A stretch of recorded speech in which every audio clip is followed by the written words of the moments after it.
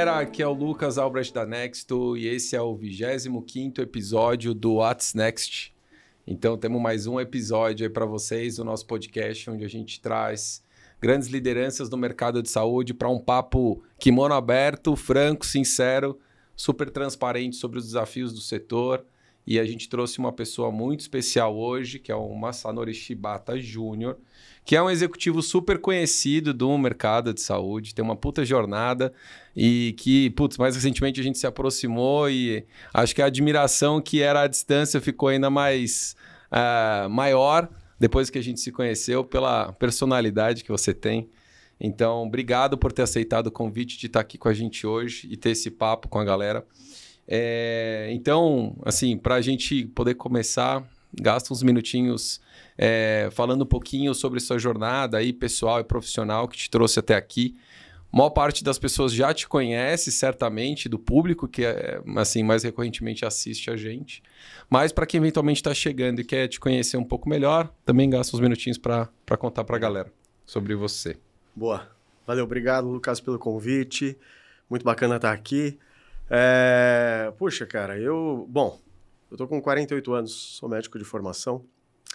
Eu fiz a faculdade de medicina já para seguir para o caminho de fazer gestão.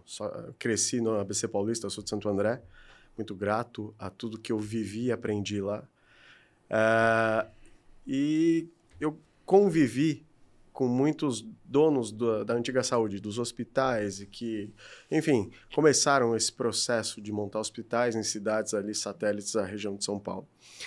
E eu ouvia muito, né? Pô, vamos fazer um pronto-socorro aqui, vamos fazer um negócio ali, adolescente, os amigos médicos, filhos de médicos, e aquilo me interessava bastante. E eu, naquela fase dos seus 16, 17 anos que tem que decidir o que fazer, eu falava, cara, eu vou fazer administração para depois eu fazer uma administração em saúde, uma administração hospitalar. Depois de muita briga com meu pai me convenceu a ser médico, dizendo que se eu fosse... pai é médico também? Meu pai não é médico, meu pai é administrador. Eu venho de uma família de administradores, mas que se eu fosse um administrador, eu ia ser só mais um. E se eu fosse médico, talvez eu fosse ser alguém diferenciado, que poderia, obviamente, tomar decisões e que eu poderia fazer decisões melhores e fazer administração depois de uma faculdade de medicina. Tudo bullshitagem, ele queria um filho médico, ele tentou ali me convencer, mas, cara, estava no sangue. E logo depois de formado, eu fui para o SUS, onde eu comecei já a minha carreira querendo entender muito de modelo. E aprender o que era o SUS, para mim, era uma das coisas principais. Então, eu, nos municípios do ABC, fiz parte ali, coordenação de atenção básica, fiz parte do projeto lá em 2005 de implantar o Programa Saúde da Família dentro dos municípios do ABC. Então, comecei na cidade de Mauá, depois também apoiei a cidade de Santo André, fiz parte do consórcio intermunicipal da região do ABC para dar suporte ao que a gente tinha de políticas públicas para a implantação do Programa Saúde da Família. E, cara, muito na aventura, né? Porque eu não tinha formação além da formação médica. Então, era muito naquele ímpeto, no autodidata, de, cara, eu vou aprender.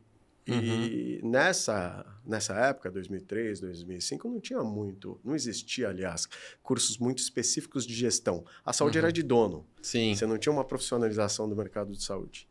E nessa fase eu conheci os donos da Santa Helena Saúde, do ABC, que hoje é uma empresa do Grupo Amil, que foi comprada pelo HG. Fiz uma passagem representativa na Santa Helena, de 2007 até 2015, né, fazendo uma retrospectiva aqui bem rápida. Fico na Santa Helena, passando por todas as áreas. Então, quando o Ronaldo Calaf e depois os primos dele me chamaram para trabalhar, era uma situação onde eu fui achando que eu já ia fazer algum tipo de gestão e eu fui para ser plantonista. Então, eu fiz parte daquela geração que, para aprender a fazer o que a gente faz hoje, eu passei pela cadeia inteira. Então, eu fui desde plantonista de pronto-socorro, eu fui líder de dia de plantão, que era quinta-feira. Depois, eu acabei sendo gerente de urgência e emergência, fui para a área de internação, UTI, gerência de qualidade, diretoria hospitalar, e aí eu fui para operadora. Né? Tudo isso em 8 anos. Então, eu passei etapa por etapa do que compõe uma operadora de saúde com foco principalmente na verticalizada. E aí, quando foi 2015... eu tomo a decisão de sair, uma decisão individual para poder fazer coisas a mais. Eu tenho um amigo que trabalha comigo hoje, que é o Eric, que ele falava bastante uma coisa assim, cara, é assim, você está jogando talvez no melhor time da segunda divisão. Você está disposto a sentar no banco da primeira divisão? E isso gravou muito na época, quando a gente conversava, porque foi quando eu tomei a decisão de sair por mim, sem emprego, e pensar em estudar, pensar em fazer alguma outra coisa da minha vida. E nesse caminho, graças à minha esposa, hoje eu acabei decidindo por falar com as pessoas que vinham atrás de mim e acabei decidindo por ir para a Intermédica, numa jornada que Bain Capital tinha acabado de comprar a Intermédica e que se falava num futuro de um negócio chamado IPO, que eu não sabia o que era, ou de um dual track que eu também não sabia o que era e fui aprendendo ao longo desse processo. E deu no que deu. Foram mais 8 anos de Intermédica, onde eu entrei como diretor da rede hospitalar, o executivo da rede hospitalar, que até então eram 8 hospitais que a gente tinha na Intermédica. Depois disso, eu fui evoluindo dentro da empresa. Além da parte de gestão hospitalar dos hospitais, logo no início também, eu fui desafiado a fazer integração. Nunca tinha feito integração, não entendia nada do processo de integração. E desde de 2015... eu fui aqui, tive o privilégio de aprender e criar um modelo de integração operacional do que tinha de rede própria dos ativos que a gente adquiria e que acabaram sendo 33 ativos que a gente adquiriu e que a gente colocou para dentro de 2015 até 2020. E aí, 2020, né, foi a fusão que a gente fez com a Apvida. Na época, eu era o vice-presidente de filiais e ficava também, e tinha... a responsabilidade, estava saindo da responsabilidade de integrações, mas comecei todo o processo de integração, inclusive, dentro da fusão. Então, foi uma jornada profissional muito boa e que me fez cansar também da saúde. Então, depois de quase 20 anos de saúde, eu decidi sair da saúde, tive uma pequena janela onde eu fui para o varejo pet. Então, trabalhei na Pets nesse período de 1 ano. Antes de eu parar, por motivos pessoais e o wake-up call que a vida traz pra gente, eu tive uma situação com o meu próprio filho que me fez acordar na época que eu estava na Pets. Sou muito grato ao pessoal da Pets, que foi muito carinhoso e conseguiu entender muito a situação. Meu filho está super bem, mas ele teve um problema de saúde que ficou internado. Isso mexeu muito comigo. Aí eu acordei e falei, cara... Eu tô cansado já faz... Não é dessa jornada. Eu preciso dar uma pausa. Eu preciso entender o que eu quero da minha vida e aonde que eu me desconectei de mim mesmo. Então, na hora que eu saio da Pets, eu fico um tempo fora no mercado, até decidir entrar na cadeira que eu tô hoje, que é do Doutor Consulta, né? Com um propósito muito maior do que o objetivo financeiro. Eu acho que esse que é o X do que eu buscava e é onde eu me reconectei comigo mesmo. Que, cara, eu acho que se a gente consegue trabalhar em saúde...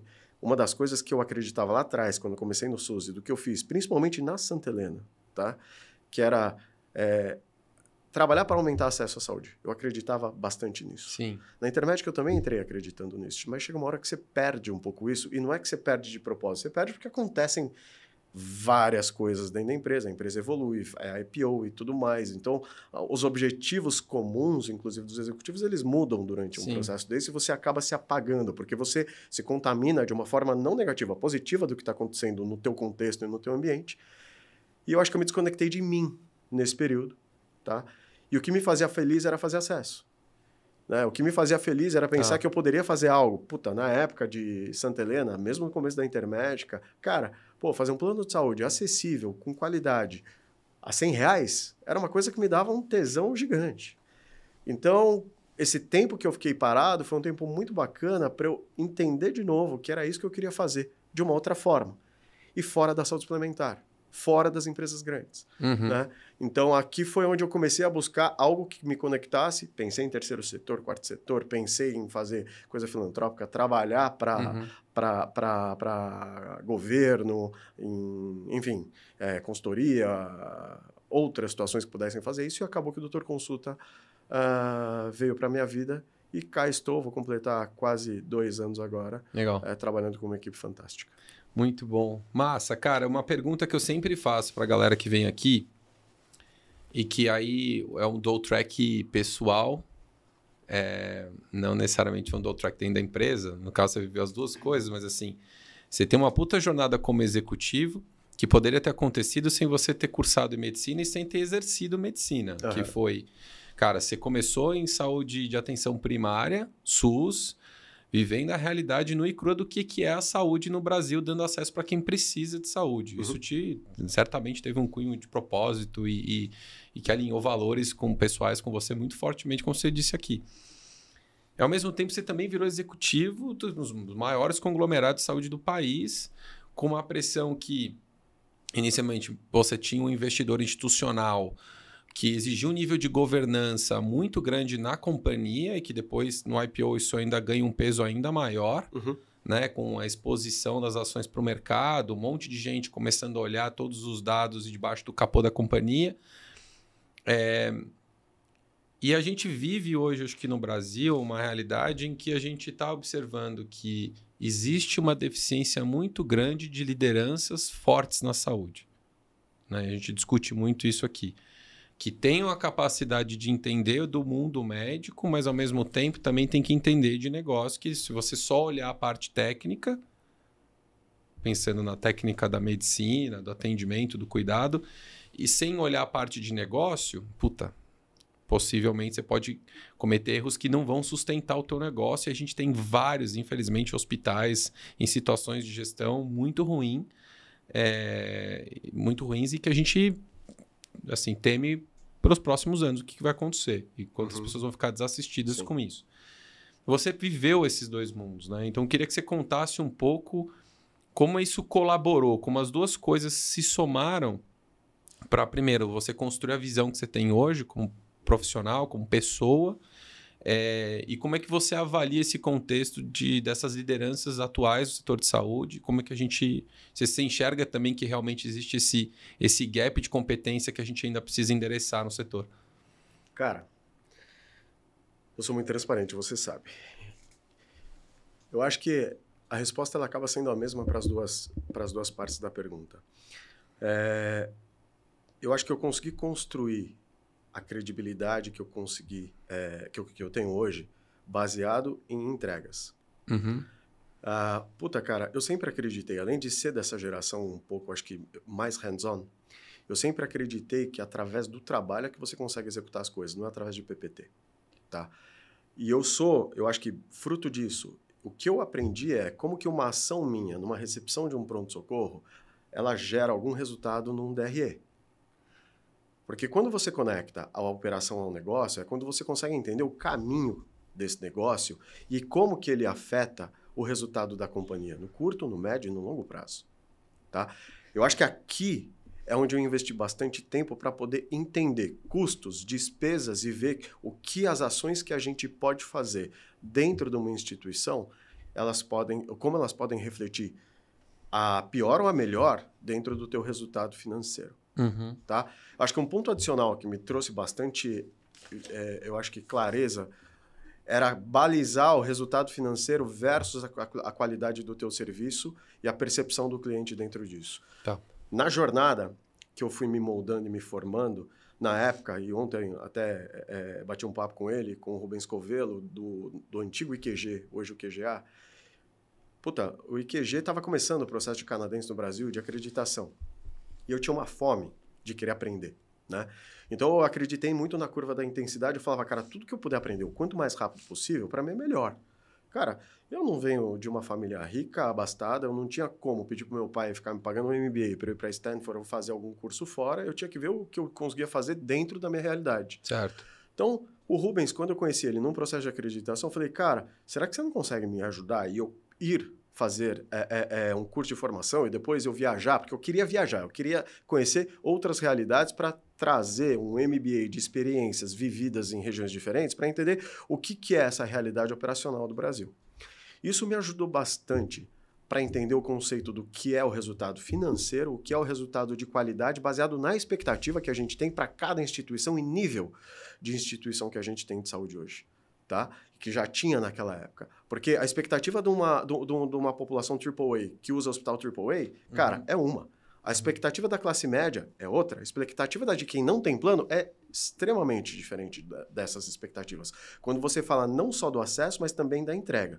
Então, quando você coloca os econômicos do que você vai ter dentro do teu DRE nisso, você tem muitas oportunidades de trabalhar operacionalmente decisões que podem melhorar atuar o teu financeiro correspondendo à expectativa e, aqui somando, a necessidade de saúde, tá? Muito fundamentada no diagnóstico do que aquele paciente tem. Porque isso é que gera uma melhor ou uma pior expectativa. Então, acho que o que eu tive de vivência operando o negócio e entendendo esse contexto desse AAA, do que é a expectativa do usuário, trabalhando e encostando a barriga no balcão para saber o que ele reclamava, entendeu? Dando o ouvido e a cara a tapa, indo para dentro de saque para colocar carrapato e atender o usuário e saber o porquê que ele estava reclamando na época das NIPs. Cara, quando veio a portaria das NIPs, que ninguém sabia, não me recordo, eu sou péssimo de data, mas não me recordo quando foi, lá por volta de 2009, 2008, não me lembro certinho, ninguém sabia como que ia trabalhar esse negócio. Eu lembro do Calaf, do Ronaldo, que era, na época, o meu vice-presidente, ele falou assim, japonês, vamos para dentro do call center, que vai começar a pipocar esse negócio. A gente foi para dentro do call center e vivemos, sei lá quantos meses dentro do call center. Então, acho que essa vivência de você saber o que acontece dentro do negócio, com um contexto de entender que o teu negócio ele é diferente dos outros por conta de tudo que eu fui vendo nas acreditações que eu participei, fora das instituições que eu trabalhava. E entendendo que a expectativa do nosso cliente, do nosso usuário, ela dependia dessas duas coisas, eu falei, cara, essas três ela vai dar impacto no meu financeiro. Isso eu acho que hoje pouca gente está disposta a fazer, conectando aqui as duas perguntas, tá? E eu tive o privilégio, nas minhas jornadas, de conhecer muita gente que estava disposta a fazer isso. Cara, eu tive pessoas que trabalharam comigo nas duas jornadas e que estão comigo até hoje, que tinham uma expectativa de subir de um cargo gerente para diretor, e eu falar, cara, se você quer vir trabalhar comigo, você precisa aprender mais o negócio, porque o problema não é você ter o teu cargo, o problema é você não conseguir executar ou ter decisões aqui, porque você não tem vivência. Então, se você topar vir trabalhar comigo, e posso dar nomes aqui, certo? Um deles é um cara chamado Eduardo Jorge, somos amigos hoje ele toca Paraná Clínicas dentro da Redditor. E eu me lembro, ele era um cara que já estava na Intermédica quando eu cheguei, tá? E a gente, teve uma bela de uma conexão. Ele cuidava da parte da Notre Dame, então ele cuidava do portfólio PPO, dos produtos PPO, da sinistralidade do produto, e já com uma expectativa de ser diretor. E eu me lembro que quando ele veio conversar comigo, eu falei, mas Edu, você não entende de operação. E ele chegou, cara, na maior humildade, chegou e falou assim, Márcio, eu sei disso. Eu topo. Me manda para onde você quer me mandar. E ele foi para o pronto-socorro do Santa Cecília, que era uma zona de guerra para a gente. E hoje ele é um dos melhores executivos que eu conheço no mercado, porque ele aprendeu a operar negócio e o que ele queria fazer é uma parte do que ele consegue fazer hoje. Então, acho que esse contexto de querer e ter vontade de operar e não mandar, porque liderar é diferente de mandar. Eu acho que a gente tem uma geração que faz curso pra caramba, mas não tem hoje ainda, eu acho que a vontade, né, ou a disponibilidade de pegar e falar assim, tá bom, vou arregaçar as mangas e eu vou lá para o front e eu vou dar a minha cara a tapa. Porque eu era, e pratico isso até hoje, começou a dar problema. Eu tô vendo que a cadeia não tá funcionando, eu saio da minha cadeira e eu desço para ver o que tá rolando, cara. Entende? Porque, cara, a dor de dono é diferente da dor do executivo. Executivo sem dor de dono, para mim, tem pouco tempo de vida. Executivo com dor de dono, que pratica um pouco do que eu acabei de te contar aqui, cara, eu acho que tem muita chance de chegar lá na frente no mercado, tá? E eu acho que a gente está vivendo agora esse gap que você fala e que eu concordo, eu acho que ele é por falta de postura e posicionamento de uma geração que não é uma geração nova, mas é uma geração que precisa se posicionar dessa forma.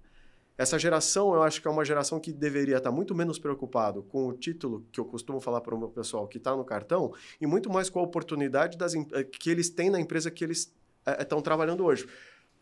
Porque eu acho que o erro também é você ficar, o jardim dos outros é sempre bonito, muito mais bonito, então aqui dentro não me reconhecem. Você se esforça para ser reconhecido?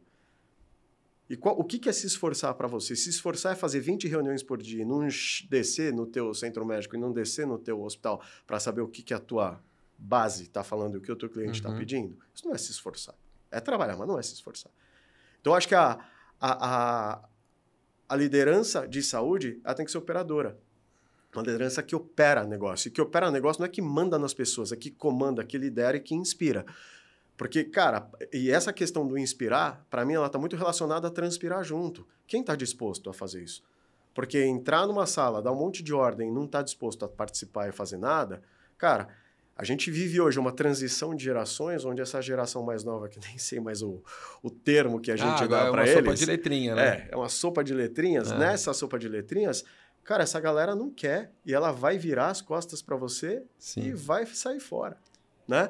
Então, acho que aqui existe ainda, sabe? Eu acho que muita gente querendo um cargo, pouca gente está querendo... Trabalhar. Tá? E eu falo, eu fui um privilegiado, porque das pessoas que eu tive o privilégio de trabalhar junto nas minhas jornadas, cara, tá todo mundo muito bem hoje. E só tem uma coisa em comum com todo mundo. Todo mundo trabalha pra caramba. Ninguém fica fazendo reunião, colocando terninho bacana, senta na ponta da mesa, fala um monte de coisa bonita, recita um artigo que leu ontem. Não, é uma galera que, cara, é assim, ó, é barriga no balcão, é suor, é transpiração, sabe? E uma galera que não tem medo de falar a verdade, de ser transparente. Porque para você ser líder, você não precisa ser soft, você não precisa ser light. Exato. Sabe? Esse negócio de, tapinha nas costas, cara, esse negócio vai quebrar, não é só saúde, quebra país esse negócio. Então, você tem que ter o ímpeto e a atitude certa, ética, obviamente, mas tem que falar duro também, pô. Porque por que liderança e por que essa geração tem medo de falar duro? Falar duro para baixo, não falar duro para cima? Eu sempre falei duro para cima, com ética, com respeito, mas falei duro para cima, porque você tem que defender o que você acredita e o que você está vivendo. Então, acho que o ponto é que quando você não opera, você não vive, você não está vivendo. Então, você acredita em algo que alguém te falou. Então, é a gestão do telefone sem fio. Então, vem lá, seu grupo de diretores, de gerente, te conta uma coisa, você é obrigado a acreditar. Quando você opera aquilo e constrói aquela operação, você fala assim, não, peraí, né? É os famosos porquês. Mas por quê? Por quê? Por quê? Eu faço 2, 3 porquê. Nego não me dá a resposta. Para me convencer, eu desço para ver o que está rolando, bicho. Então, acho que essa atitude é a atitude que, a meu ver, vai ser a atitude necessária para os executivos que vão comandar a saúde nos próximos anos. Tá? E essa energia, cara, é uma energia que eu vejo muito pouco hoje. Confesso para você, tá? Eu não vejo essa energia muito forte, não. Eu vejo uma galera muito fraca. E cara, você tocou em alguns pontos assim bem importantes aqui, que minha cabeça, acho que tá a mil pensando. Assim. Eu vou tentar organizar um pouco para não perder um pouco a cadeia do raciocínio, mas ainda sobre esse ponto de pessoas. Acho que pessoas são chave. Todo CNPJ é um conjunto de CPFs no final do dia. Exatamente. E se o CPF ali não for forte, o CNPJ é fraco. Tão simples quanto isso. Concordo integralmente com você. E essa questão, 2 semanas atrás, a gente fez um encontro de lideranças, de altas lideranças de farmácia clínica e farmácia hospitalar, dos maiores hospitais de São Paulo. Uhum. E a queixa número, 1, 2, top 2, foi pessoas. Uhum. E aí os temas são os mesmos, hein? Que a gente falou aqui, engajamento, compromisso, vontade de ir lá e fazer. É aquele negócio, né? Tem um braço super curto. Puta, aqui não tá no meu escopo, não tô alcançando, não vou fazer. Então, assim, eu acho que tem um pouco que é... Assim, né? Essa resposta não tá muito clara ainda, mas assim, tem um pouco certamente que é perfil. Uhum. Tem um pouco que a liderança é fraca, não consegue desenvolver, ou não consegue alinhar a expectativa. Tem um regime de incentivos que às vezes ele não tá adequado, assim... Mas eu vejo que isso, assim, não é só na média liderança, isso na alta liderança também acontece. Muita gente que está com muita miopia do que realmente está acontecendo, porque realmente não está... Acho que, cheguei numa posição que eu não preciso botar a barriga no balcão. Uhum. Né? Então, tem um monte de problema acontecendo lá e existe, assim, eu sinto muito isso dentro da companhia mesmo, o pessoal vivendo uma dor enorme. E existe, assim, um caminho muito complexo ou atritoso, que é entre o pessoal que está vivendo a dor na assistência, lá no dia a dia, na operação, para conseguir falar com quem toma a decisão. E aí, cara, uma crítica que eu, como sou engenheiro metido do lado de fora, faço para a geração médica, que é... O médico ele foi muito educado durante a faculdade a centralizar a decisão. Porque no final do dia é no dele que vai a responsa se der alguma merda com o paciente. Então, eles levam muito esse comportamento para as organizações. Quando esses executivos eles não têm a formação adequada, eles não conseguem cascatear a tomada de decisão e a organização fica travada. Porque ele não tem simplesmente throughput suficiente para processar toda a demanda que ele tem de decisões que ele precisa tomar. É impossível. Então, assim, a gente vê essa dificuldade em várias esferas. Na tua visão, o que está pegando mais na liderança? Que eu acho que isso ajuda muito, porque tem muita gente que assiste a gente que vive esse dilema no dia a dia. E aí eu queria que você trouxesse alguns insights. Você trouxe o caso do Eduardo, que estava na sua equipe, que topou o desafio. Como é que é teu modelo de gestão hoje para desenvolver essas pessoas? Óbvio que ela precisa querer, né? Porque você não consegue botar querência na pessoa. Ela precisa ter, né, vontade. Mas tá, a partir daí, conta um pouquinho dos playbooks que você já desenvolveu ao longo da sua carreira para desenvolver essa turma que quer, para eles, né, assim, conseguirem ter capacidade de tomar as decisões certas, irem lá e terem esse conhecimento de negócio. Eu tenho esse desafio hoje, tá? Principalmente a galera mais jovem que entra na companhia, executa o playbook ali, as coisas que tem que fazer, que está documentado e tal, mas para eles ganharem business sense, assim, conhecimento de negócio, entender a realidade do cliente, cara, esse é um desafio que eu tenho também hoje. E para mim, eu acho que também esse playbook vai valer muito. Cara, eu vivi com os meus pais uma educação muito rígida. Eu acho que o que a gente pratica dentro da empresa é muito do que você aprende também em casa. Sim. Então, eu acho que a resiliência, a persistência que você tem para chegar onde você coloca como objetivo tem que ser algo muito claro para qualquer tipo de liderança. E não tratar de forma padronizada. Não sei se você tem irmãos. Nós somos em 3 em casa. Irmãos, eu tenho 2 mais novos. E eu tenho 2 filhos. Você não consegue falar a mesma linguagem. Minha mãe e meu pai não falavam a mesma linguagem comigo, com meu irmão e com a minha irmã. Cada um tem o seu jeito. Eu acho que uma das coisas que eu desenvolvi no meu playbook e do que eu aprendi na vida, tomando muita porrada e errando bastante na minha comunicação e nos meus feedbacks que eu tive do começo da minha carreira até hoje, foi entender que a linguagem ela é individualizada. Então, o Lucas, cara, o melhor momento de eu conseguir dar um feedback para que ele absorva, para que ele vá para casa pensando, é chamar ele para almoçar. Tá? O fulano de tal é tomar um café. A ciclana é chamando dentro da sala, olhando no olho, papel na mão, escrevendo e deixando claro em bullet points para ela o que é. Então, a questão de você conseguir liderar e desenvolver melhor essas lideranças é você conseguir fazer um mapa do que é aquela pessoa, do que são essas pessoas e como que eu tenho que tratar cada uma. Essa habilidade que vai dosar atitudes diferentes que você tem que ter individualmente com esses líderes que estão sendo formados, eu acho que dentro do que eu desenvolvi na minha vida, é o que mais me ajudou e o que mais me conectou. Você vai falar, puta, todo mundo que trabalhou comigo me ama? Não, porque eu sou um cara duro, tá? Mas assim, eu acho que hoje, das pessoas que seguiram jornada comigo e que estão comigo até hoje, e das feedbacks que eu tive deles depois da gente trabalhar junto hoje como amigos, fazendo resenha em boteco de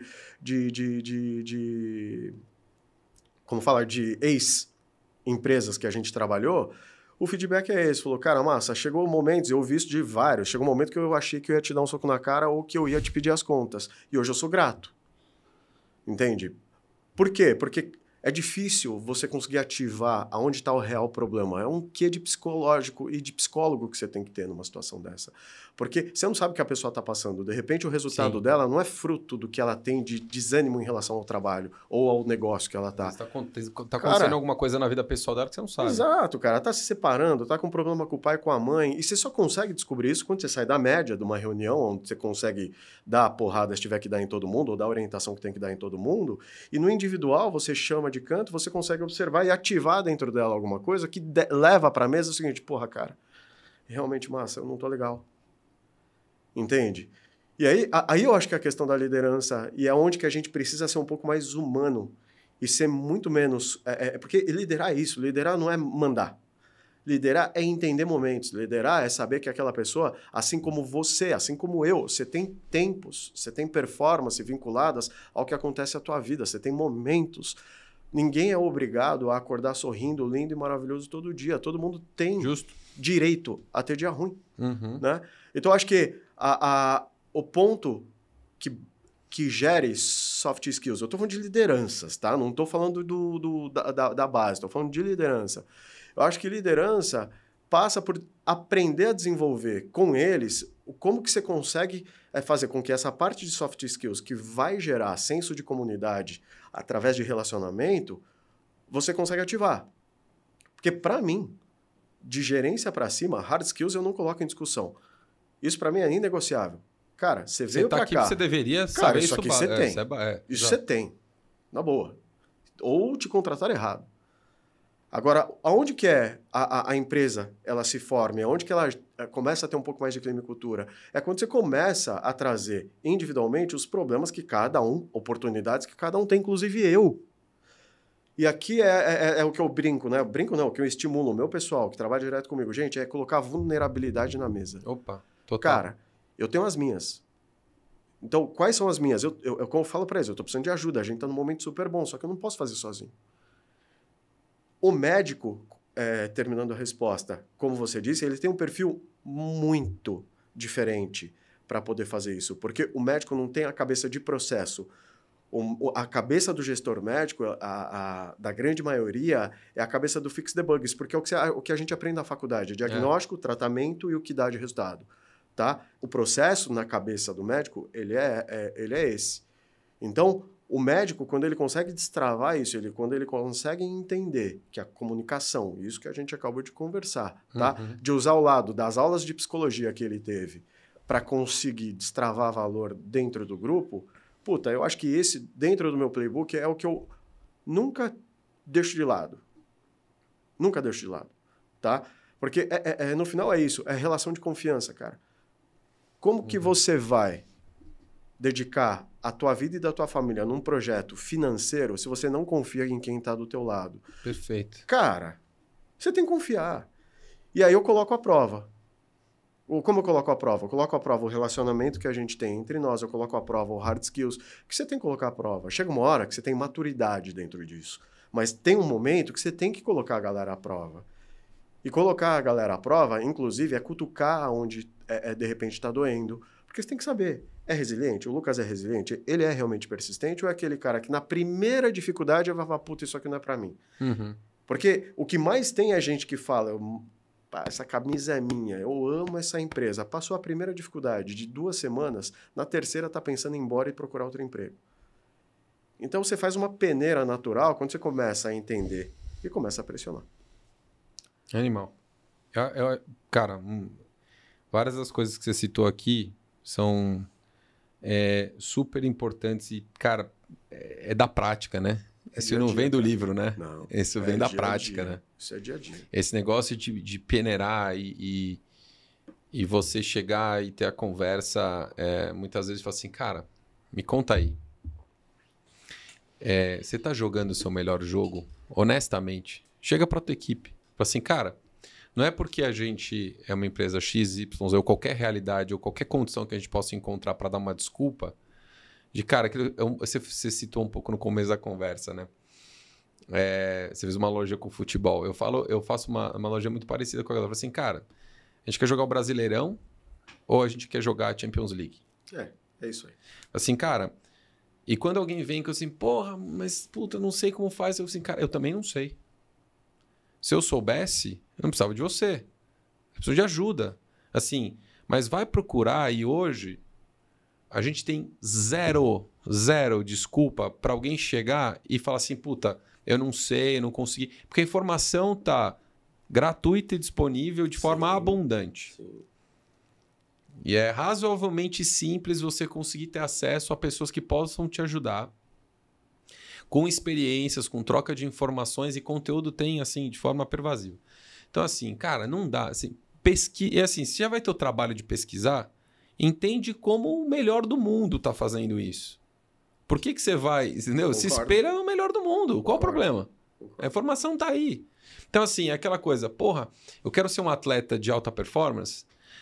qual é a preparação que um atleta precisa fazer, ou para alguém que quer se tornar um atleta de alta performance, o que ele precisa fazer do ponto de vista nutricional, de sono, de disciplina de treino e tal, como ele busca profissionais para apoiarem, como é que ele negocia com a família para ele ter a disponibilidade de tempo para se dedicar para os treinos. Então, assim, cara, se prepara.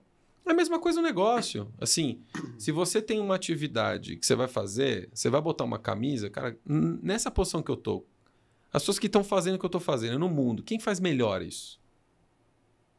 Porque não tem desculpa hoje pra você não tentar jogar o melhor jogo. Porque tá aí a informação, cacete. Entendeu? Então, assim, cara, muito animal. Eu acho que você trouxe uma coisa que eu acho que pra mim tá gerando muito valor já. Que assim, coloca a prova. Assim, cara, se você tem uma hipótese de que aquela pessoa da tua equipe, ela tem aquele potencial, coloca a prova. Dá um desafio à altura de que você acha que ela coloca a prova. Eu acho que você também, a gente se colocar a prova, Sim. sabe, Lucas? Eu acho que conectando ao que você está falando, eu falo, você vê lá os atletas. É repetição. É se colocar a prova todo dia. Sim. Você consegue bater pênalti bem? Você consegue bater falta bem? Você não nasce com esse dom. Você pode nascer com o dom de ter o talento para jogar, mas você tem que treinar. E você tem que fazer. E você não pode arregar. Então, Cristiano Ronaldo, Jordan, esses caras chegavam antes e iam embora depois, né? Kobe Bryant. Eram pessoas... O que eles tinham? Esforço. Eu acho que o que hoje existe pouco. Esforço. Então, esse esforço, ele é muito importante também dentro do que você acabou de falar, porque não e não vai cair no colo. Não é só um currículo, não é só uma referência, não é só tendo um bom Instagram que você consegue virar um grande executivo. Porque você tem que entregar. Você não é só escrever, falar bem... Senão virar fumaça. Senão vai virar fumaça. É isso aí. Cara, muito bom. Eu vou puxar um gancho que já no papo surgiu, que você comentou um pouco sobre, na tua jornada, se envolver muito com acreditações de qualidade para você subir a régua de entrega nas instituições que você estava liderando. E uma discussão que eu participei com algumas lideranças recentemente, surgiu o seguinte tema. Mas quando é que a gente deveria começar a olhar para isso?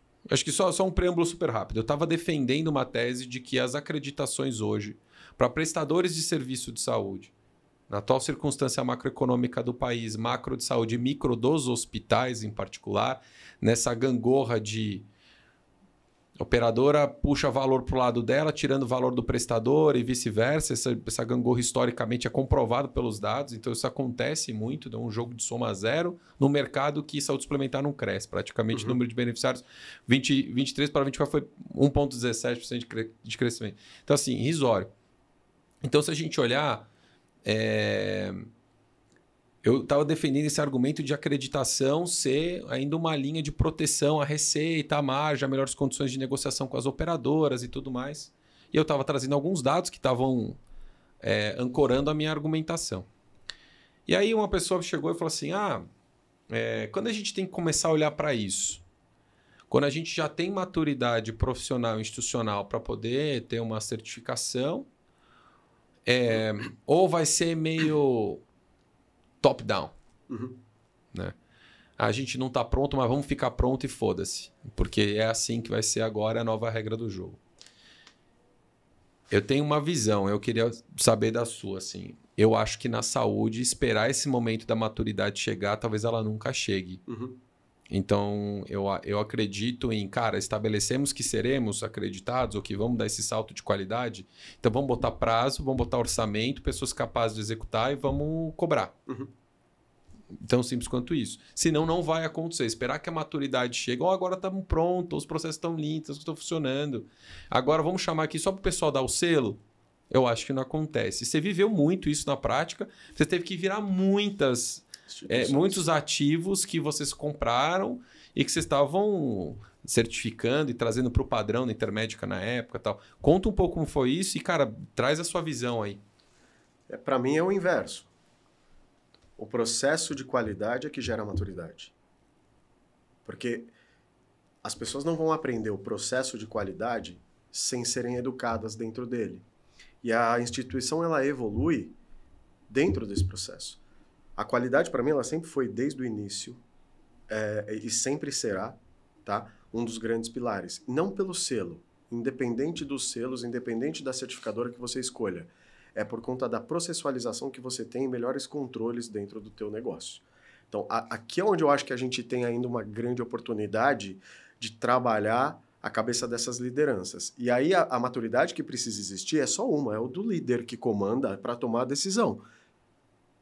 Sim, teremos qualidade. Sim, e a gente vai evoluir dentro desse processo. A instituição tem que aprender a executar o processo até o momento da certificação? Não. Porque o X não é a certificação. Tá? A certificação ela é o momento da alegria. O foda é você dar manutenção à governança e à continuidade de que isso vai te trazer resultado financeiro, de qualidade assistencial, segurança ao paciente e, obviamente, a própria expectativa e a entrega que o paciente vai reconhecer vai ser diferente. Uhum. Qualidade, ela é um pouco do que conversamos antes também, é repetição. Então é fazer igual todo dia, sem cansar. Né? É Toyota, é o Fordismo. É quando você consegue colocar dentro da tua gama de trabalhadores ali e de colaboradores, que aquilo é mega e suma importante, não só para o paciente, mas também para eles num acidente pessoal, que, por exemplo, eles podem evitar com isso. O desafio da qualidade, para mim, é qual? É o giro de pessoas. Porque aqui é onde a questão da maturidade vai ficando cada vez mais distante. Você começar num processo de maturidade, porque você tem turnover. Instituição de saúde, cara, não é a minha, não é... Todas têm turnover. E quem opera negócio com operação de rede própria, cara, o turnover ele é significativo. Então, se você esperar esse momento, ele não chega nunca. Né? Então, eu acho que a maturidade que tende a ser consequência, inclusive, ela vai fazer você olhar muito para a cultura de pessoas que você tem e ver o porquê que você está perdendo aprendizado, por que você está investindo dinheiro e perdendo todo mês em pessoas saindo. E principalmente, né, no nosso caso, do que eu vejo, é óbvio, todo mundo é importante dentro de uma instituição, mas quando você começa a perder liderança, aí ferrou. Porque se você tem giro de liderança dentro de um processo de qualificação que vai gerar a qualidade no futuro, a chance de você conseguir chegar nesse estágio, ela vai ficando cada vez mais distante, porque você tem que começar de novo sempre. Sim. Né? Então, voltando à maturidade, eu acho que ela deveria estar na cabeça de quem está na cabeça da instituição e entender se aquele time é o time que vai passar por aquele processo. Para mim, é isso. É como eu sempre fiz. Então, como você citou, nas aquisições que a gente fez, uma das coisas que para mim era mais importante era reconhecer líder formal e líder informal e potenciais líderes. Sempre em pessoas, como você colocou no conjunto dos CPFs para fazer o CNPJ. Então, a gente identificava isso estava dentro do nosso playbook de integrações, para eu saber se eu já tinha condição de implantar os nossos processos com qualidade. Porque hoje ainda a gente depende disso, não é máquina. É gente que vai ter que treinar, é gente que vai ter que orientar. E do outro lado, é a gente que vai ter que acreditar naquela pessoa que nunca viu na vida, que veio de São Paulo e que foi lá para Minas e vai falar assim, cara, isso aqui é melhor do que você está fazendo antes, de uma forma educada, ética. Né? Então, isso, para mim, é o desafio da qualidade. Ô, Massa, você falou sobre, cara, a gente tem que tomar muito cuidado para poder reter as lideranças que vão perpetuar a cultura, processo, etc., de qualidade nesse contexto. Cara, alguns insights aqui, cara... Sabendo que turnover é uma realidade, a gente tem que, como gestor, se preparar para gerir isso e endereçar isso como negócio. As lideranças, cara, como é que você conseguia reter essa galera, manter essa galera motivada, alinhando incentivos para que a gente, assim, do ponto de vista organizacional, conseguisse lidar com o turnover intrínseco? Cara, difícil porque, assim, você tem uma questão muito também particular de cada pessoa que você traz e a posição que ela está ocupando. Desde que eu comecei, desde a época que eu era gerente até hoje, minha cabeça mudou. Não é que ela evoluiu, ela mudou em relação a incentivos, tá? Tá. Porque as gerações também vêm mudando. eu lidei com muito cabeça branca lá atrás, quando eu comecei, tá certo? Que foram meus chefes e que depois eu fui chefe deles. Olha como que é. E pessoas que a gente é muito amigo hoje, o Marcelo, o próprio Calaf, a gente, cara, trabalhou, eles me lideraram, depois eu liderei eles. Então, esse desafio, eu acho que ele é orgânico, porque ele depende muito da situação, é muito particular da empresa, do que ela está disposta a poder fazer também. Tem empresa que só consegue pagar salário sem dar a longo prazo. Tem empresa que não consegue dar salário, mas consegue incentivar no longo prazo. Só que o cara vira e fala assim, cara, esse longo prazo aqui é paper money, eu não vou acreditar nisso, porque, puta, quando que alguém ganha dinheiro com esse papel que você está me falando, que eu vou ser milionário um dia, né? Então, quando você junta essa parte do incentivo financeiro, você tem que chegar num denominador comum que não é nele, que é se a pessoa ela realmente gosta do que ela vai fazer ou do que ela está fazendo. E se ela está alinhada com o propósito do que a empresa tem. Independente de qual seja. Tá? Pode ser jogo do tigrinho. Cara, você está alinhado com isso? Vai e segue. Porque o ponto de conexão, ele não será e não pode ser o financeiro. O financeiro ele tem que suportar, a meu ver, e aí é onde a minha cabeça mudou, porque eu antes, lá atrás, eu achava que o financeiro é que segurava. Uhum. E, cara, eu paguei gente muito bem que saiu, e se ferrou, e se deu bem, mas o erro era meu. Por quê? Porque eu achava que era pagando que a gente ia conseguir ter os melhores. Não é necessariamente isso. Você tem muita gente boa hoje que está disposta a ganhar menos, mas fazer o que quer. Uhum. E essa geração mais jovem é uma geração que parte deles tem esse perfil. Então, eu acho que o propósito, o objetivo do negócio, o tempo do negócio. O que é o tempo no negócio?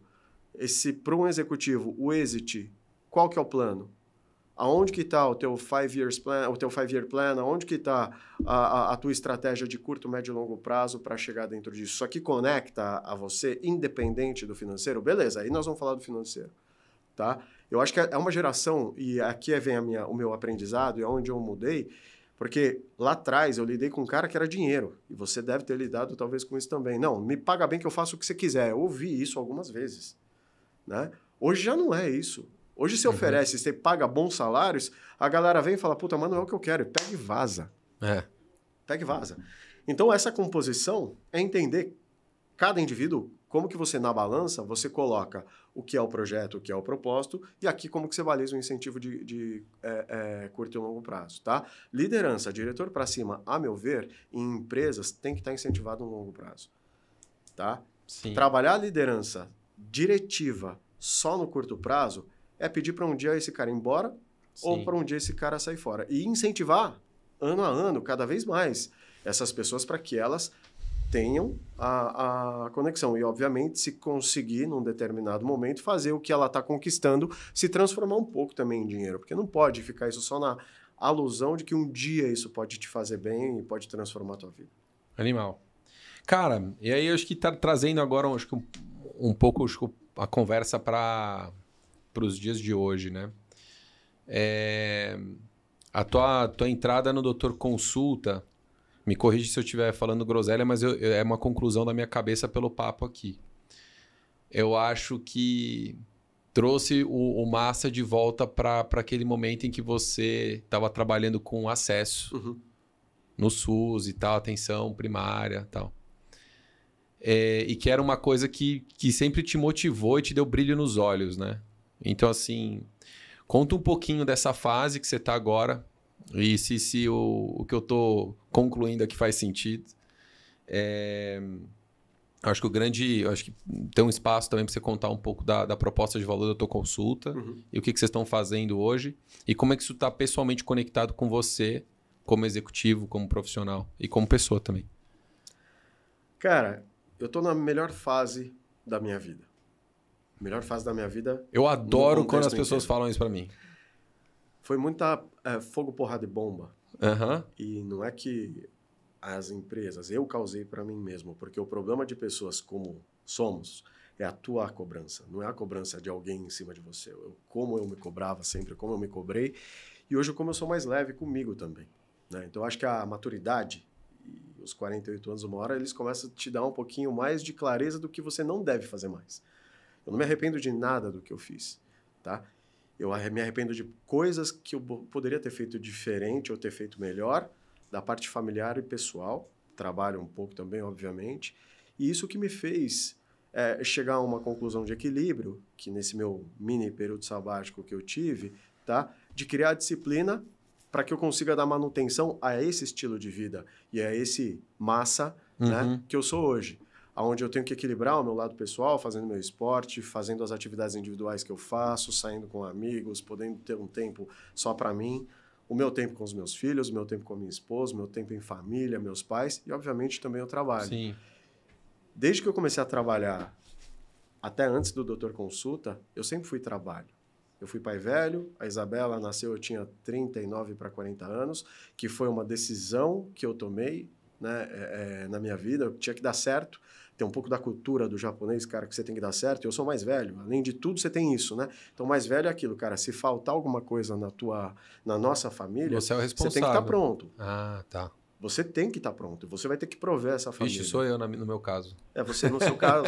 Exato, cara. E isso, para quem já tem o perfil de gostar disso, então é um soma-soma, né? Que transforma você o quê? Que é o que eu brinco... não é a melhor analogia, mas é uma boa analogia, que é o adicto. O meu problema qual que era? Era o meu vício ao trabalho. Então, eu fazia muita coisa, porque aquilo ali era uma coisa que, para mim, você se torna viciado naquilo. Que eu falo da jornada que eu vivi, que eu achava... quando eu fui lá, um dos vice-presidentes da empresa, que eu tocava um monte de coisa, que tinha gente pra caramba embaixo de mim. Tá certo? Eu achava que aquele momento tinha sido o melhor momento da minha vida. Se eu rebobino no tempo, tá? O meu auge, eu achava que era aquele lá. Tá. Né? Só que aquele era um auge onde eu já estava burnoutado, eu já não conseguia me reconhecer, eu não tinha conexão mais com o mundo praticamente, socialmente eu estava isolado, entende? Eu tinha conquistas que eu tinha conseguido atingir, por conta do trabalho e do contexto da empresa, que era uma empresa onde era eu e mais um monte de gente como eu, que também trabalhava como doido, né? E que fez com que a Intermédica virasse o que ela virava, porque a gente era uma equipe de 8 anos, onde ninguém saiu, onde todo mundo começou e terminou basicamente o projeto. Tá? E assim, ó, no trabalhando. Pancadão, E aí eu acordei que aquele talvez para mim tenha sido não meu pior momento, mas um dos mais tristes da minha vida, porque era um momento onde eu tinha o trabalho, e eu tinha a relação do trabalho, eu tinha pessoas que também estavam vivendo isso. Então, enquanto a gente estava lá, a gente tinha uma pseudo-felicidade, porque você estava convivendo no meio de pessoas que estavam vivendo a mesma coisa que você, e a gente só falava da parte boa que estava acontecendo nas nossas vidas relacionada ao trabalho. Mas aí eu chegava na minha casa, eu estava desconectado da minha filha, eu estava desconectado da minha esposa, eu estava desconectado dos meus pais, né? Então, eu acho que a minha fase atual e aonde veio o Doutor Consulta foi uma coisa que eu briguei bastante para não entrar. Porque eu tinha muito medo de voltar a ser quem eu era. Era o meu maior medo. Né? Porque para mim é o seguinte, eu adoro problema. Então, eu adoro caçar problema. Quando você está num lugar que você sabe, e isso não é o Doutor Consulta, qualquer empresa tem problema. Tem problema pra caramba. Você vai querer ir atrás de problema, porque é a cabeça da oportunidade, onde você consegue melhorar resultado. Então, era o meu medo. E ativar esse cara. E ele foi ativado em determinados momentos, mas eu consigo controlar um pouco mais isso hoje. Ou consigo controlar bem mais. Tá? Para que eu tenha esse equilíbrio de vida pessoal, familiar e no ambiente do trabalho. E isso foi um dos jogos, uma das coisas que eu joguei muito à mesa e às claras para os investidores que vieram conversar comigo do Doutor Consulta e para o próprio Tomás, para o fundador, que era isso. E eu acho que isso me fez, inclusive, um profissional melhor. Esses limites que eu coloco hoje para mim, eles me fazem melhor. Sim. Eu tenho meus momentos de repente lá que eu dou meus chilique e não tem jeito, né, Lucas? Mas eu acho que... Por que me faz um profissional melhor? Porque hoje eu reconheço e eu me afasto se eu tiver que me afastar um pouco. Entende? Eu fico fora, tá? Para não estragar o momento da empresa. Que ainda é um momento de construção. Sim. Não é um momento já onde eu tenho uma equipe formada. Nós estamos formando. Uma empresa, você não muda ela em 6 meses, 1 ano. E eu vivi muito isso. e ter resiliência e persistência de entender que o problema não é o time, é você com esse time criar essa cultura e passar pelos problemas para depois do segundo para o terceiro ano, você tá com essa galera pronta para poder voar, passa por eu saber dosar a minha mão, a minha fala, dentro desses momentos e não voltar a ser o que eu era antes. E é o meu acordo na minha vulnerabilidade com os caras que trabalham comigo hoje por favor, não deixem eu ser o que, não deixem eu voltar a ser o que eu era antes. Tá? O Bruno Tupinambá, que é o cara que me convenceu a estar dentro hoje do Doutor Consulta, é o que eu falo para ele. Você só tem... do nosso trato, você só de uma coisa. Eu não quero voltar a ser quem eu era. Né? Nunca quis e não queria sentar na posição de CEO.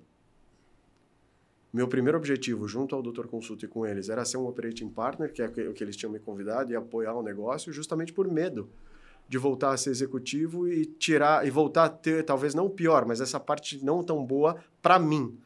Para a empresa pode ser boa, mas para mim, para minha família, não era tão boa. Legal. Então, eu acho que a fase minha é essa, e da empresa é uma fase nova, que é uma fase velha. Porque a gente volta a fazer o que foi iniciado lá atrás. Back to basics. Back to the basics, cara. E eu acho que aqui é fazer esse basic melhor. Cara, a gente tem a cabeça muito clara do que a gente quer fazer, para saber o que a gente sabe fazer bem, o que a gente vai evoluindo, o que a gente sabe fazer bem, vai fazer a gente ser melhor e maior no futuro. Então, Doutor Consulta voltou a ser consultas e exames. A gente não faz nada além disso hoje. A gente tem os parceiros de cirurgia e procedimentos que a gente acaba trabalhando, e muito que a gente faz dentro de casa, e vamos fazer isso muito bem. Então, é essa decisão? É essa decisão. Outra decisão que é muito estratégica, que tem a ver com o mercado. A gente não concorre com o sistema público, a gente não concorre com a saúde privada. A gente complementa. O Brasil, ele tem espaço para vários modelos de negócio que deveriam estar dentro de um sistema de saúde. E a saúde complementar, assim como os hospitais da própria ANAP elas complementam o sistema. Elas não fazem parte da saúde suplementar. Elas provêm serviços, assim como as empresas de diagnóstico, para a saúde suplementar. E, inclusive, também particular, para o cliente, no modelo B2C, que é o que a gente faz, e para o SUS, se for o caso, através de mutirões ou do programa de especialistas que está sendo feito agora.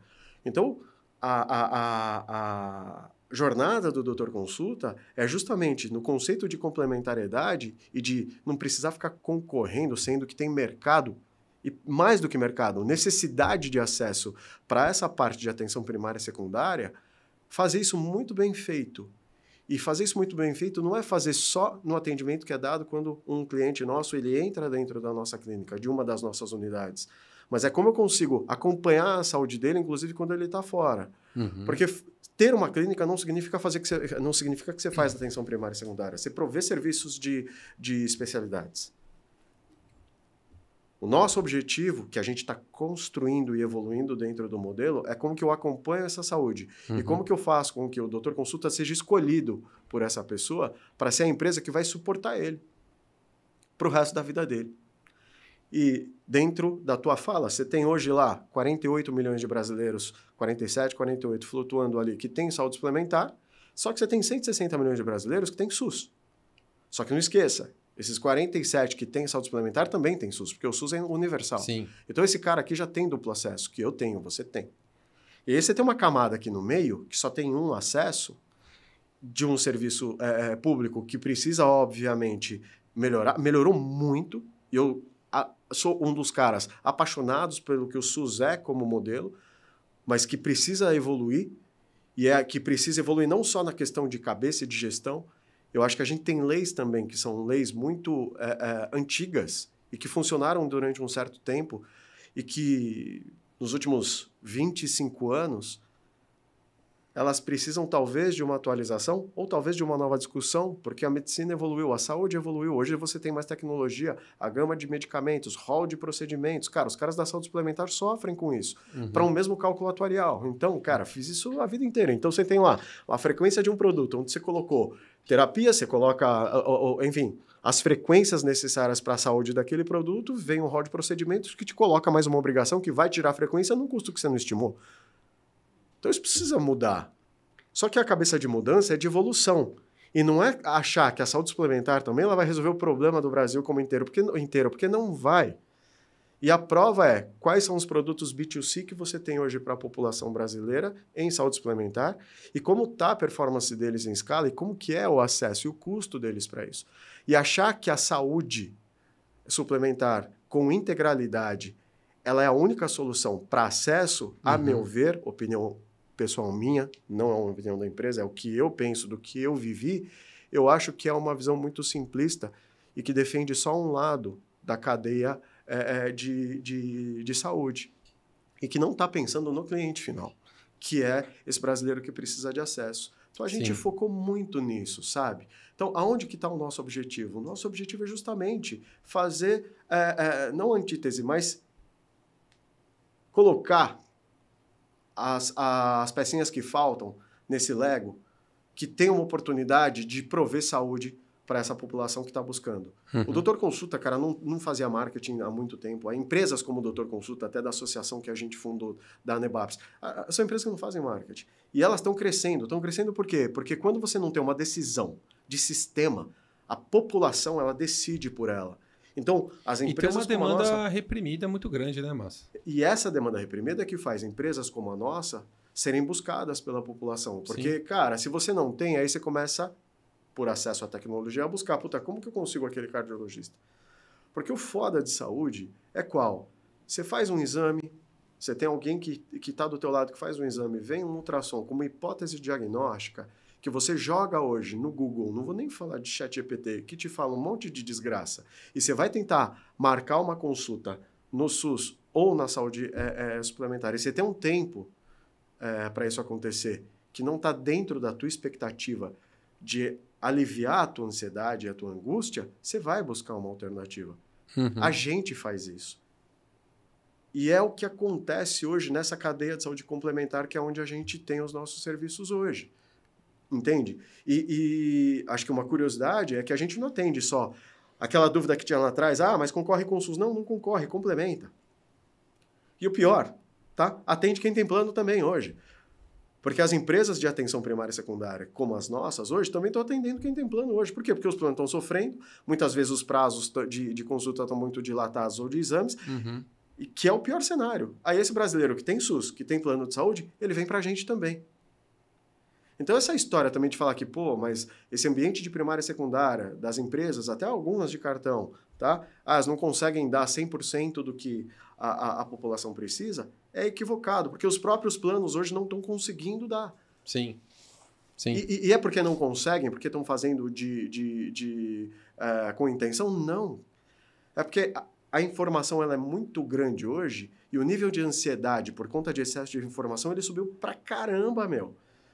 E hoje a galera, independente de estar no prazo do rol do convênio oferecer a consulta com o especialista, mas se aquela pessoa, e eu falo, todos nós temos que nos colocar nessa situação, se você tem para 7 dias, que está dentro do prazo, ou se você tem para hoje para tirar a tua dúvida, se você está angustiado, o que você faz? Se você está com a grana no bolso, você vai lá e paga. Você vai lá e paga, cara. Tá? Então tem um contexto aqui, de medicina e de saúde, que é a questão da angústia vinculada a tempo de resposta para o que você recebeu na tua mão. Sim. Ouvido de um médico, como uma hipótese diagnóstica, ou num exame que chega no teu aplicativo você não sabe avaliar direito. Você não sabe avaliar, cara. Sim. E hoje todo mundo faz isso. Copy, paste, Google e ChatGPT. Esse efeito, ele tem um significado muito grande nas frequências e no tempo de expectativa. Vocês perceberam isso na entrada? Olha só. Total. É o que a gente faz muita pesquisa. O Doutor Consulta foi montado em cima de tecnologia e dados, tá? Então a gente tem muita coisa que a gente consegue ver. Tem muita gente que chega lá, principalmente paciente que vende convênio, cara, o cara não tá bravo muitas vezes com o convênio. Não é que tem a questão da espera, mas não é só a questão da espera. A questão é o seguinte, cara, eu tô com um ultrassom aqui, e tá me falando isso. Eu preciso saber o que é isso, porque o ChatGPT ou o Google chegou e ele me falou, você tá com uma possibilidade de ter um tumor. Doutor, eu tenho um tumor? A pessoa tá desesperada. A pessoa fica desesperada, cara. Entende? A pessoa fica desesperada. E você pode compartilhar qual que é a frequência disso na entrada de vocês? Cara, a gente ainda não tem exatamente essa frequência. O que a gente tá vendo, tá? Tá aumentando. Tá.